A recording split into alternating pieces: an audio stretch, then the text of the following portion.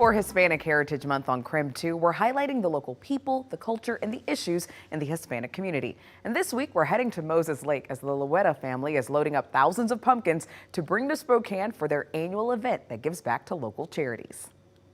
Start on one end, and then we'll just work our way down, cut all the tops of them and where the stems are. Then we'll just start piling them and then loading them up in bins. 10,000 pumpkins all waiting to be picked. It'll probably take 40 hours. And so we'll do all day Friday, Saturday, Sunday, the weekend before the first event. So they can make the trip to Spokane for the annual Great Pumpkinfest. My dad doesn't always grow pumpkins, but when he does, it's for the Great Pumpkinfest. Meet the Pumpkin Cowboy.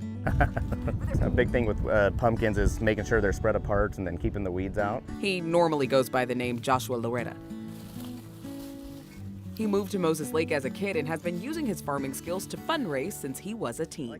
I was trying to raise money for basketball camps, and so I used to pull a hoop out on the street and I'd shoot baskets, and I'd have a truck of corn and people came by and sell corn and then go back to shooting all day. The Lorea family spends months planning the Great Pumpkinfest along with the help of dozens of volunteers. So all proceeds, go to local charities, like I said, and the effort that it takes from volunteers and my dad and raising them and everything. I mean, it's just a great way to come out, give back, have a great time with families, and really promotes, I think, local nonprofits that may need the help. The idea for the fundraiser came during COVID. Chris Sloan, he was the director of Bite to Go, and when COVID happened, more kids at home, and food insecurity, was a lot higher than it was when kids were going to school.